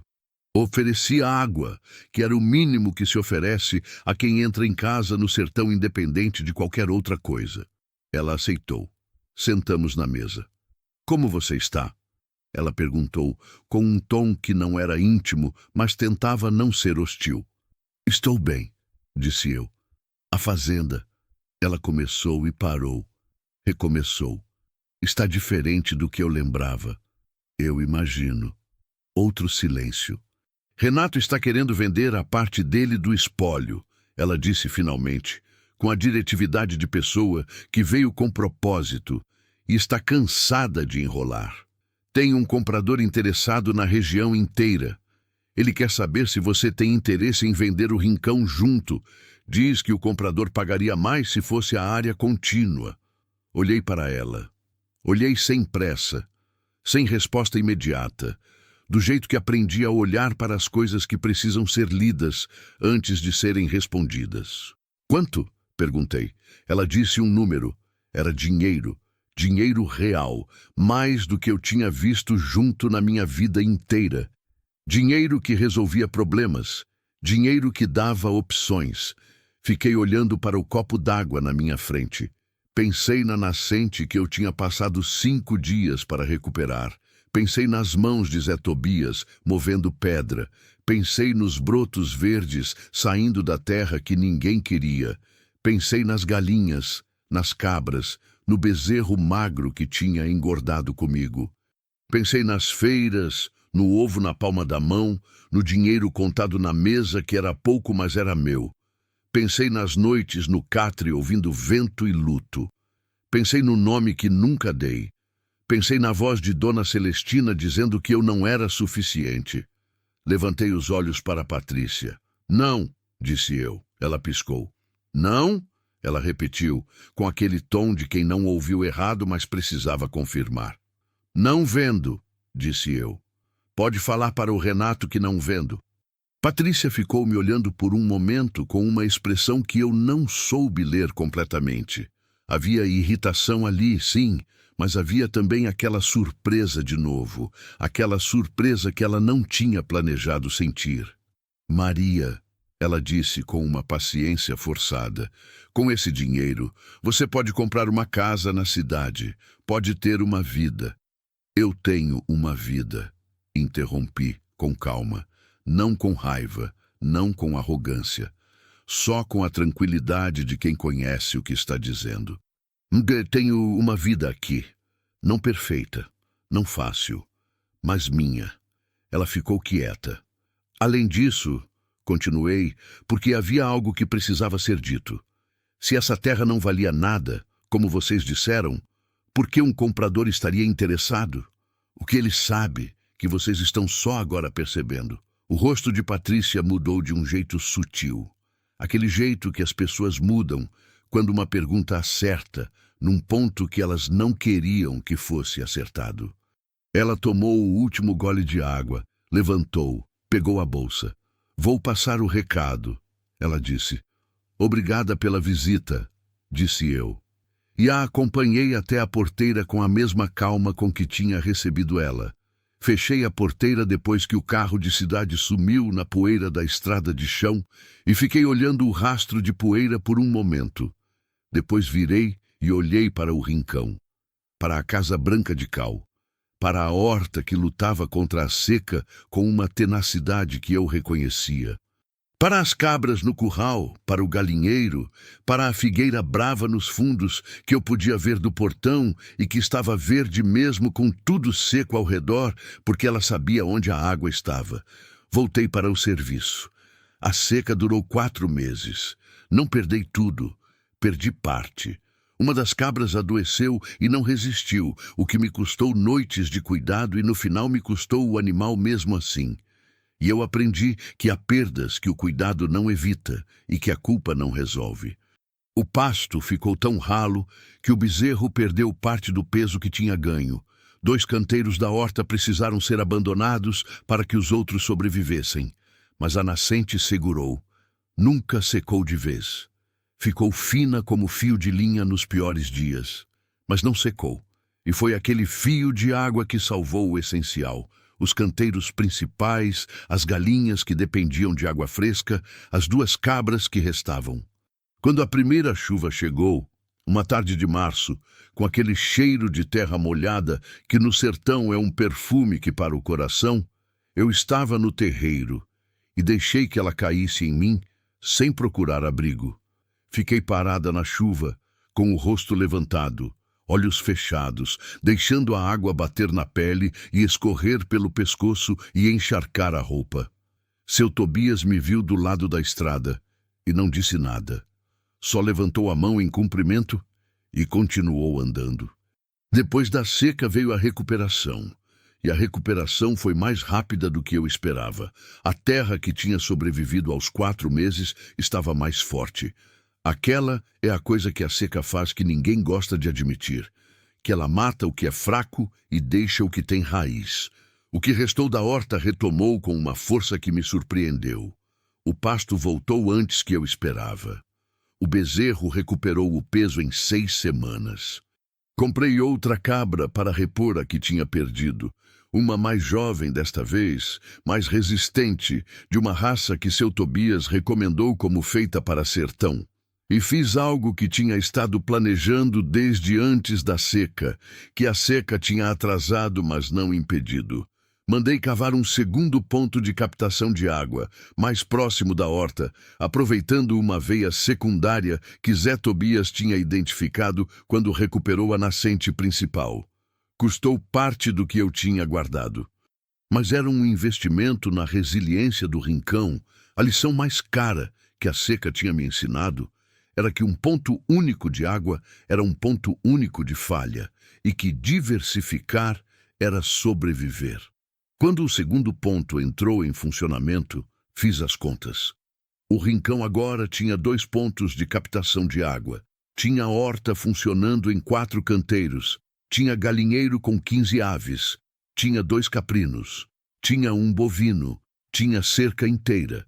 Tinha casa habitável, pintada, funcional.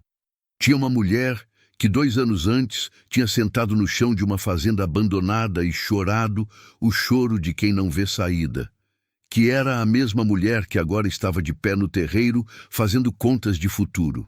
Foi naquela época que comecei a pensar em algo maior, não por ambição. Ambição nunca foi minha natureza, ou se foi, foi espremida ao longo de anos de vida dentro de espaços pequenos. Era mais uma observação do que havia ao redor. As feiras para as quais eu levava minha produção tinham uma demanda que minha oferta não conseguia suprir. As pessoas pediam mais do que eu tinha.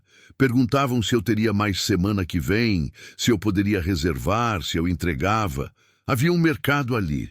Simples, local, sem glamour nenhum, mas real. Gente querendo comprar comida boa de quem cultivava com cuidado. disposta a pagar um pouco mais por isso, porque sabia a diferença. Comecei a escrever num caderno velho que achei na cidade por quase nada. Um caderno de capa dura, metade das páginas usadas por uma criança que tinha desenhado cavalos em todas elas, e metade em branco para mim. Nas páginas em branco, fui escrevendo o que queria construir, não um plano de negócios. Eu não sabia fazer isso, nunca tinha aprendido, mas uma lista de intenções. O que queria ter no rincão daqui a 1 ano, daqui a 2, daqui a 5. Escrever aquilo foi um dos atos mais estranhos e mais libertadores da minha vida, porque eu tinha passado 22 anos em que o futuro era algo que acontecia para mim, não algo que eu construía. Futuro era o que Geraldo decidia, o que a família dele moldava, o que as circunstâncias determinavam. Eu reagia, eu me ajustava, eu cabia, e ali, num caderno com cavalos desenhados por uma criança desconhecida, eu estava escrevendo o futuro como se fosse meu para escrever. Porque era. Porque sempre tinha sido, e eu estava só aprendendo isso agora. A seca não veio para me destruir, veio para me mostrar o que era resistente e o que era frágil. E o que descobri foi que a coisa mais resistente no rincão do espinho não era a nascente, não era a figueira brava, não era nenhuma das plantas que sobreviveram aos 4 meses sem chuva. Era eu, e eu nem sabia. Capítulo 7. O final. Pronto para escrever. Quer que eu continue? Continue 16:35. Capítulo 7. O que a terra guarda. O tempo no sertão não passa igual ao tempo da cidade. Na cidade, o tempo é medido em compromisso, em notificação, em semana que termina e começa, sem que o corpo perceba a diferença. No sertão, o tempo é medido em chuva e seca, em plantio e colheita, em animal que nasce e animal que vai, em terra que responde e terra que descansa. É um tempo mais honesto, mais físico, mais atado ao que é real. Você não consegue fingir que o tempo passou se a terra não mudou. E você não consegue fingir que você não mudou se a terra te conhece. Fazia 3 anos que eu tinha chegado ao rincão do espinho quando percebi que havia me tornado outra pessoa. Não de repente. Não com um momento específico que eu pudesse apontar e dizer: aqui foi onde eu mudei.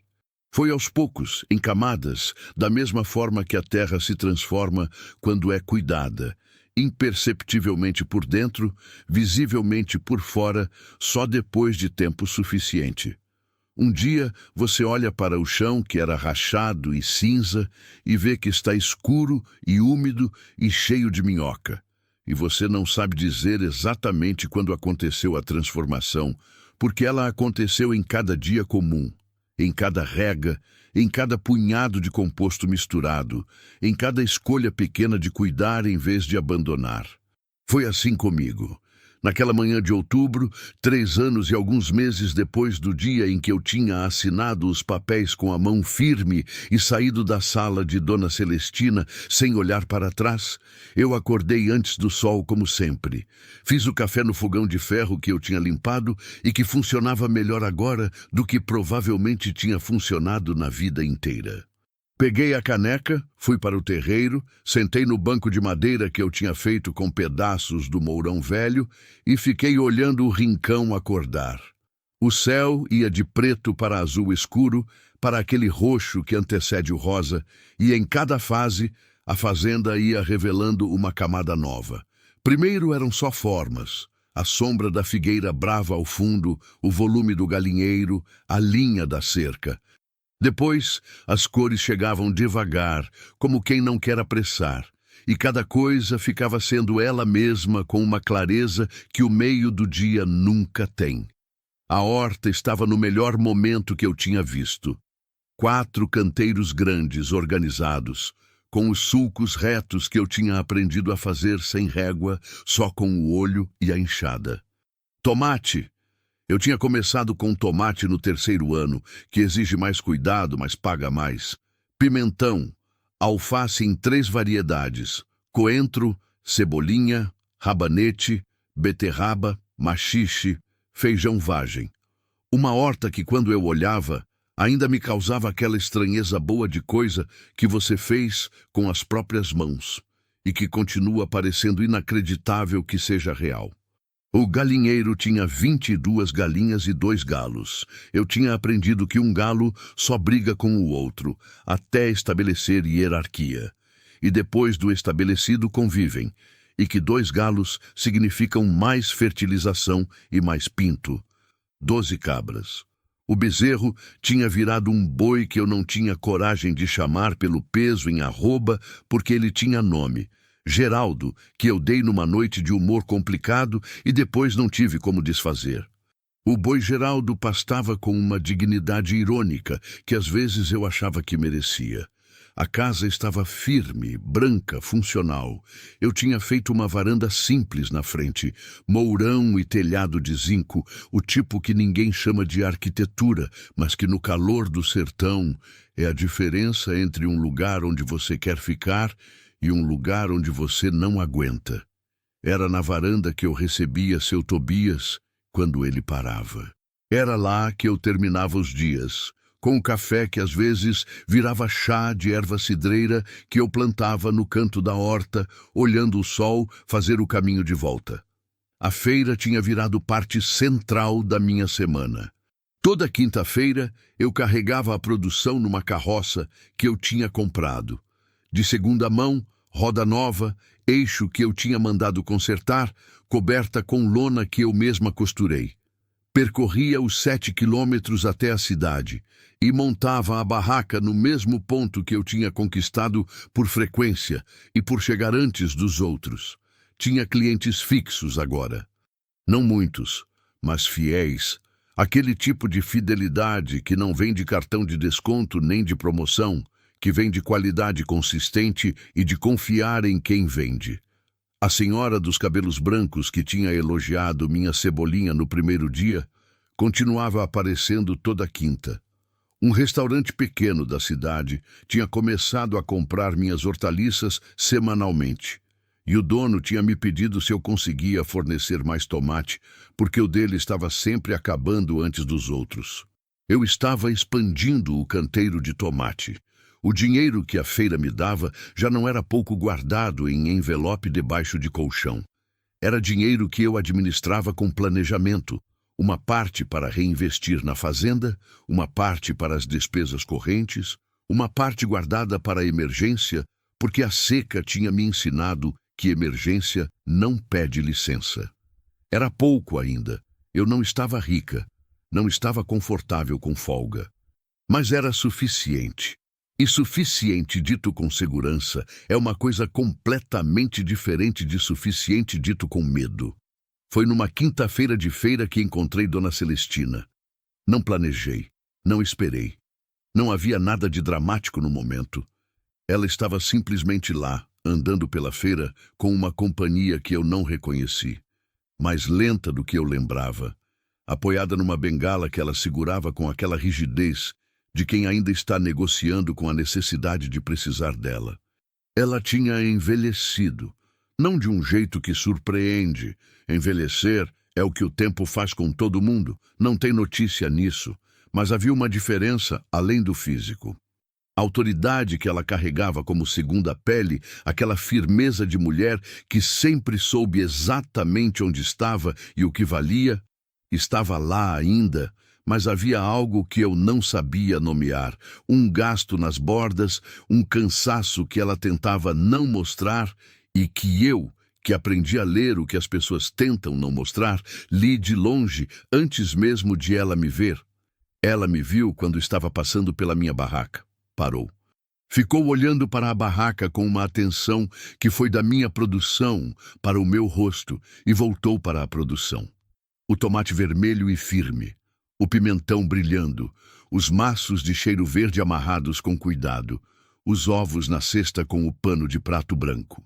O queijo das cabras que eu tinha começado a fazer e que havia virado o produto mais comentado da minha barraca, um queijo simples, fresco, sem nada de especial, além de ser feito com leite de animal bem cuidado e com mão que tinha aprendido a ter paciência. A pessoa que estava com ela disse alguma coisa em voz baixa. Ela não respondeu. Ficamos nos olhando. Eu não senti raiva. Isso me surpreendeu, porque eu tinha imaginado esse momento outras vezes nas noites do catre, no começo, quando a raiva ainda era combustível novo. Tinha imaginado o que eu diria, o que ela diria, como seria acertar as contas daquela sala cheia de desprezo e riso abafado. Mas o que eu sentia agora, olhando para aquela mulher velha apoiada na bengala no meio de uma feira de interior, não era raiva. Era uma espécie de cansaço compassivo, o sentimento de quem olha para alguém que foi cruel e vê não um inimigo poderoso, mas uma pessoa que escolheu ser pequena e colheu o que plantou. Ela disse, com uma voz mais baixa do que eu tinha ouvido sair dela alguma vez. Eu não imaginei. 2 palavras simples que carregavam um peso que ela provavelmente não tinha planejado que carregariam. Não era pedido de desculpa. Dona Celestina não pedia desculpa. Isso fazia parte de quem ela era, com uma consistência que eu respeitava mesmo não aprovando. Mas era um reconhecimento. E reconhecimento de alguém que passou décadas se recusando a me reconhecer era, à sua maneira, uma coisa grande. Olhei para ela. Eu imaginei, disse eu. Não com soberba, não com o sabor de vingança que eu teria querido sentir e que não estava lá. Com a simplicidade de quem está dizendo uma verdade factual, que sim, eu tinha imaginado que aquele era o ponto de origem de tudo, que a recusa de me ver tinha se tornado o combustível que me trouxe até ali. A companhia dela a puxou gentilmente pelo braço e elas foram andando. Eu fiquei na minha barraca e atendi o próximo cliente. Na volta da feira, com a carroça mais leve e o dinheiro no bolso, parei num ponto da estrada de onde o rincão aparecia inteiro no horizonte. Era o fim da tarde, a hora em que o sol sertanejo para de agredir e começa a pintar, quando a luz fica daquele dourado que não tem nome certo e que transforma qualquer paisagem em coisa que parece mais do que é. O rincão no dourado do fim de tarde parecia uma fazenda que alguém tinha construído com intenção e cuidado e amor. Não uma fazenda que uma mulher humilhada tinha recebido como castigo e transformado em vida à força de teimosia e de trabalho e de noites de choro que ninguém viu. Mas ambas as coisas eram verdade ao mesmo tempo. Tem coisas que eu aprendi no rincão do espinho que não cabem em palavras de forma direta. São aprendizados do corpo, da mão, do joelho na terra, o tipo que você só entende quando experimenta e que quando tenta explicar para quem não experimentou, soa menor do que é. Aprendi que o trabalho feito com intenção tem um peso diferente do trabalho feito por obrigação. Os dois cansam o corpo da mesma forma, mas só um deles descansa a alma. Aprendi que solidão e solitude são coisas completamente diferentes. Solidão é o que sente quem precisa de companhia e não tem. Solitude é o que escolhe quem aprendeu a ser suficiente para si mesmo. Passei os primeiros meses no rincão com solidão. Depois, em algum ponto que não sei marcar, a solidão foi embora e a solitude ficou. E eu descobri que a solitude tem uma qualidade de silêncio que nenhuma companhia oferece. Aprendi sobre perdas. Aprendi que há perdas que a gente carrega para sempre, mas que mudam de peso ao longo do tempo. O filho que não nasceu direito, que eu não nomeei, que ficou sendo uma ausência sem forma por anos. No rincão, eu finalmente dei um nome a ele. Dei um nome sozinha, numa tarde, plantando. Disse em voz alta uma vez para a terra e para o ar e para ninguém e para todo mundo. Não virei outra pessoa por isso. Mas algo ficou mais leve. Algo que estava pendente ficou completo. Aprendi sobre a diferença entre resistir e viver. Eu tinha passado muito tempo só resistindo. Resistindo ao julgamento, ao apagamento, à pobreza emocional de ser invisível. Resistência é importante. Sem ela eu não teria chegado ao rincão, não teria ficado, não teria construído nada. Mas resistência sozinha é defesa, e defesa sozinha não constrói. Em algum ponto no rincão, eu parei de só resistir e comecei a viver, a fazer escolhas de avanço em vez de apenas escolhas de sobrevivência, a plantar o que queria colher em vez de só remendar o que estava quebrando. Não sei exatamente quando essa virada aconteceu. Sei que aconteceu. Hoje, o Rincão do Espinho não atende mais pelo nome que a família Fonseca usava para diminuí-lo. Na placa nova que eu mandei fazer, madeira de lei, letra gravada, presa no mourão da porteira que eu refiz 3 vezes até ficar do jeito que queria, está escrito outro nome, o nome que eu escolhi, o nome que não conto para todo mundo, porque tem gente que entende e gente que não entenderia. E eu aprendi a separar o que é para ser compartilhado do que é para ser guardado. É uma fazenda viva, não grande. Não rica pelo padrão de quem mede riqueza em hectare e em gado de raça e em caminhonete nova, mas produtiva, diversificada, autossuficiente nas coisas que importam, conectada ao mercado local, de uma forma que cresce todo mês, com a consistência de coisa que foi construída devagar, e por isso tem raiz. Tenho funcionária agora, uma mulher da cidade vizinha, mais jovem do que eu, que veio me ajudar 2 dias por semana e que foi ficando 3, depois 4, depois eu propus contrato e ela aceitou com um sorriso que me lembrou de como eu mesma tinha sorrido quando guardei o primeiro dinheiro que era completamente meu. Eu pago direitinho. Eu trato com respeito, não porque é obrigação legal. É, mas não é por isso. É porque sei o que é ser tratada como invisível, e essa é uma coisa que eu não faço para ninguém. Seu Tobias ainda para na porteira quando está passando, que é quase todo dia. Toma o café, diz alguma coisa curta e precisa, vai embora. 82 anos e mais sabedoria do que eu vou acumular se viver o dobro que ele. Eu devia a ele uma dívida que não tem forma de ser paga em dinheiro. Então pago da única forma que ele aceitaria, ouvindo quando ele fala, aplicando o que ele ensina e deixando que ele veja o resultado com os próprios olhos. Zé Tobias passou no mês passado para ver como estava a nascente. Ficou andando pelos fundos por 1 hora, veio de volta, disse que estava ótima. Perguntei se queria jantar. Ele ficou. Comemos feijão da roça com arroz e carne de cabra e abóbora assada. Tudo do Rincão. E eu percebi em algum ponto daquela refeição que era a primeira vez que eu tinha cozinhado para a companhia naquela casa e que a companhia tinha sido natural, sem esforço, sem a tensão que sempre havia nas refeições da família Fonseca, onde todo mundo estava representando algum papel. Dormi bem naquela noite.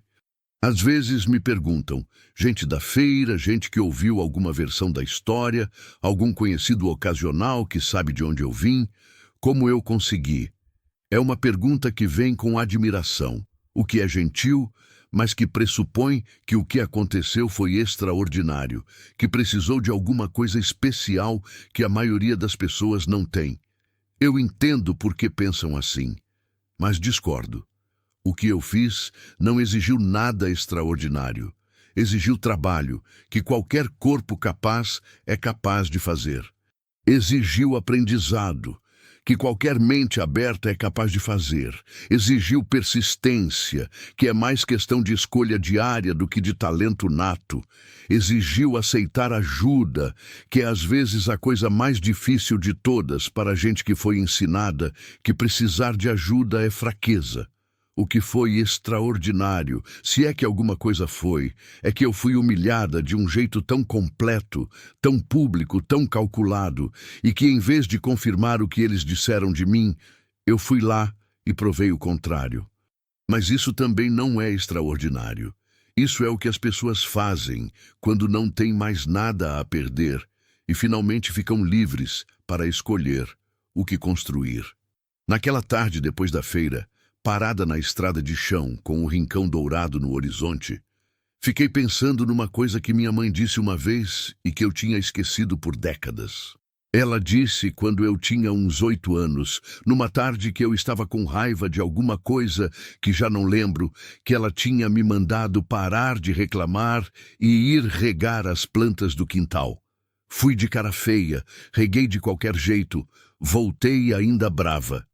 Ela olhou para mim com aquela calma dela que eu às vezes confundia com indiferença e que eu entendo agora como sendo a calma de quem já sofreu o suficiente para não desperdiçar energia no que não muda nada. Ela disse: planta não sabe que vai virar fruto, ela só sabe crescer para onde tem luz. Eu tinha 8 anos e não entendi. Levei 40 anos para entender, e quando entendi, estava de joelhos na terra vermelha do rincão do espinho, com as mãos sujas e os braços cansados e o rosto marcado pelo sol, que não pede licença, crescendo para onde havia luz, que era para dentro, que era para a frente, que era para o único lugar onde eu nunca tinha me permitido ir completamente, para mim mesma. A herança que recebi era uma fazenda que ninguém queria, pedra e mato seco, curral vazio, poço seco, casa de pau a pique quase caindo, uma terra que a família Fonseca usou como declaração final de quanto eu valia para eles, que era nada, que era menos que nada, que era o descarte elegante de quem não quer se sujar com hostilidade aberta, mas quer que a mensagem chegue clara. A mensagem chegou. Só não foi a mensagem que eles pensaram que estavam mandando. Eles me mandaram para uma terra abandonada, e eu aprendi que terra abandonada não é terra morta. Me mandaram para um lugar sem água, e eu encontrei a nascente que estava esperando ser procurada. Me mandaram para um lugar sem valor, e eu descobri que valor não é algo que o lugar tem. É algo que a pessoa que está no lugar cria, dia após dia, escolha após escolha, enxada após enxada. Eles acharam que estavam me descartando, estavam me libertando. Não vou dizer que foi fácil. Não vou dizer que não custou. Não vou romantizar a dor das noites no catre, o cansaço dos braços, a seca que tirou o que eu tinha construído, o luto que me acompanhou em cada fase e que ainda aparece às vezes, que sempre vai aparecer. Porque luto de coisa verdadeira não tem prazo de validade, mas vou dizer o que é verdade, que eu vim para o rincão do espinho como mulher que tinha aprendido a caber em espaço pequeno demais para ela. E fiquei como mulher que aprendeu o tamanho real que tem, que é maior do que eu pensava, muito maior do que eles imaginavam, e exatamente do tamanho que a terra sempre soube que eu tinha. Porque terra boa reconhece mão boa, e mão boa reconhece terra boa. E quando as duas se encontram, o que nasce não é o que ninguém esperava, é o que sempre estava esperando para nascer. Meu nome é Maria, e esta terra é minha.